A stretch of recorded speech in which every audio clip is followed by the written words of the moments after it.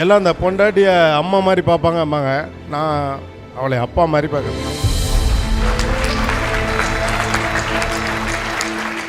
வீட்டிலேருந்து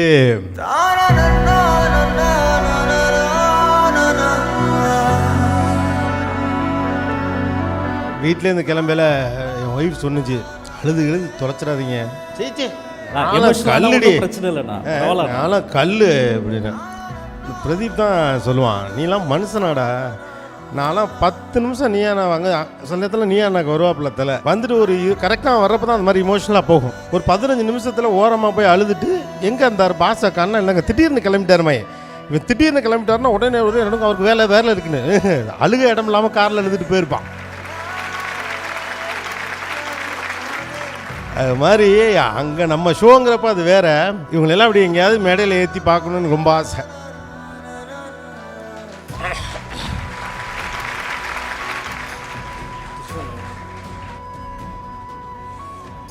நான் ஷோ ஆரம்பிக்கலே சொன்னேன், மேக்கப்லாம் எனக்கு போடாதீங்க அப்படின்னு.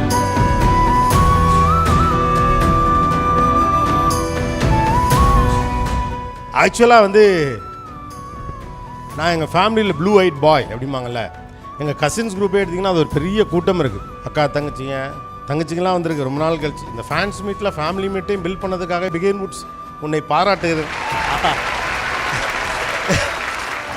எல்லாரையும் மொத்தம் பார்க்குறது எங்கள் எதில் கஷ்டம், ஒவ்வொருத்தருக்கு ஏதாவது ஒன்று இருக்கும் அப்படி இருக்கும்னு. ஸோ அதாவது நம்ம ஒரு மேடை அடைவதற்கு முன்னதாகவே நம்மளை கொண்டாடுறது வந்து குடும்பம் தான். இப்படி சித்தப்பாக்கள் சித்திகள் இப்படி தான் வளர்ந்த ஒரு ஃபேமிலி இது. ஆண்டனி அடிக்கடி சொல்லுவார், உங்கள்கிட்ட இயல்பாகவே சில விஷயம் வருது உங்களுக்கு, ஏன்னா நீங்கள் அப்படியான ஒரு ஃபேமிலி செட்டப்லேருந்து வந்திருக்கிறீங்க. ஒரு பெரிய நிறைய பேர் இருக்கக்கூடிய குடும்பத்தில் அனுசரிக்கிறதுனா என்ன, அட்ஜஸ்ட் பண்ணுறதுனா என்ன, ஒருத்தருக்காக இன்னொருத்தர் வர்றதுனா என்ன, இப்படி ஒவ்வொருத்தர் வந்திருக்காங்க. இவங்கெல்லாம் எங்கள் அப்பாவுக்கு பெரிய தூண் மாதிரி. எங்கள் அப்பா இல்லைங்கிறதான் ஆக்சுவலாக நான் வீட்டில் கிளம்புனப்போயும் எனக்கு தோணுது.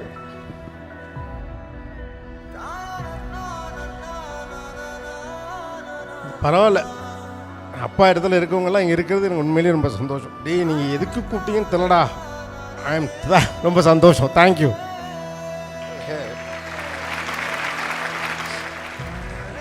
இந்த சித்தப்பாக்கள் இன்னொரு சித்தப்பா இல்லை. ஆக்சுவலாக ஒவ்வொருத்தருக்கும் நான் பர்சனலாக க்ளோஸாக இருப்பேன். நான் திருச்சியில் படிக்கிறப்போ சித்தப்பா வந்து வியாபாரத்துக்காக வருவாங்க.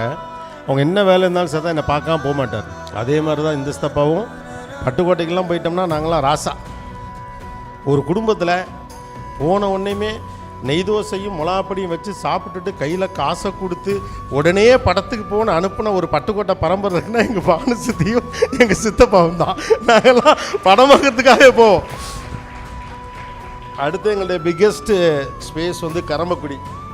இந்த ஊரில் திருவிழா நடக்குமாங்கள்ல, நாங்கள் எல்லோரும் போவோம். எங்கள் வீடே திருவிழா மாதிரி இருக்கும், அவ்வளோ பேர் இருப்போம். இருக்க இடம்லாம் இருப்போம். எங்கள் காலேஜப்பா மிஸ்ஸும் பேரே காலேஜப்பா எப்படி இருக்குது. அந்த காலத்துலேயே அவர் காலேஜில் போய் படித்து கவர்மெண்ட் ஜாபுக்கு போனவர்.